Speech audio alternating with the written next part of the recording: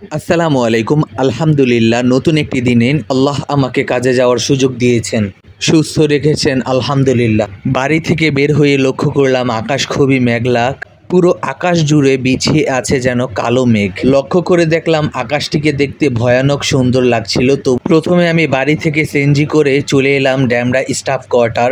এই তো সেই ড্যামরা আইডিয়াল কলেজ, যে কলেজে আমি পড়েছিলাম। তারপরে দেখলাম হাজী হোসেন প্লাজা, যেই হোসেন প্লাজার নিচে দাঁড়িয়ে কতই না বন্ধুদের সঙ্গে আড্ডা দিয়েছি। এই তো কিছুদিন আগেই ড্যামরা স্টাফ কোয়ার্টারের রূপ কিরকম ছিল আর এখন কতটাই না আপডেট হয়েছে। যাই হোক আলহামদুলিল্লাহ, স্টাফ কোয়ার্টার থেকে বাসে উঠে আলিফ পরিবহনে করে দিয়ে দিলাম মহাখালী রেলগেট যাওয়ার উদ্দেশ্যে রওনা। তবে আজকে মেঘাচ্ছন্ন মেঘলা এই ভয়ানক সুন্দর আকাশটি দেখে খুবই ভালো লাগছে আমার। পৃথিবীতে সবাই সফল ব্যক্তিদের পছন্দ করেন। তুমি সফল হতে পারলে মানুষের তোমার প্রতি দৃষ্টিভঙ্গির পরিবর্তন হবে। তুমি সফল হলে আজ যারা তোমাকে অবহেলা করছে তারাও তোমাকে বাহবা দেবে, তারা তোমার প্রশংসা করবে, তারাও তোমার পাশে আসতে চাইবে। যারা তোমাকে রেখে চলে গিয়েছে তারা একদিন আফসোস করবে। আর সবচাইতে বেশি খুশি হবে ওই দুইজন মানুষ যাদের জীবনের সঙ্গে তোমার জীবনটা জড়িয়ে আছে। প্রিয় ভাই আমার, তারা হচ্ছে তোমার বাবা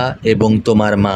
আমি মনে করি পৃথিবীতে মা বাবা বেঁচে থাকলে তাদের চাইতে উত্তম বন্ধু আর অন্য কেউ হতে পারে না। একটা কথা মনে রেখো, তোমার জীবনের স্বপ্নটা একান্ত তোমার নয়। তোমার সফলতার পেছনে একমাত্র তোমার জীবনটাই জড়িয়ে আছে, বিষয়টা এমন নয়।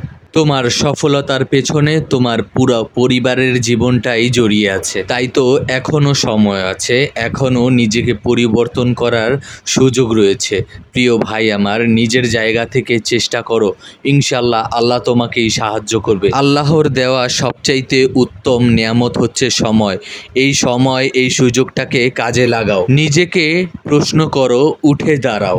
এত বেশি সমাজের দিকে তাকিও না। লোকে কি বলবে, লোকে কি ভাববে, এই সমস্ত চিন্তা ভাবনাগুলো কমিয়ে দিয়ে নিজের কাজ করো এবং নিজের কাজকে গুরুত্ব দিয়ে সামনের দিকে এগিয়ে যাও। আল্লাহর কাছে অবশ্যই সাহায্য চেয়ে নিবে, ইনশাল্লাহ সফল তুমি একদিন হবেই হবে।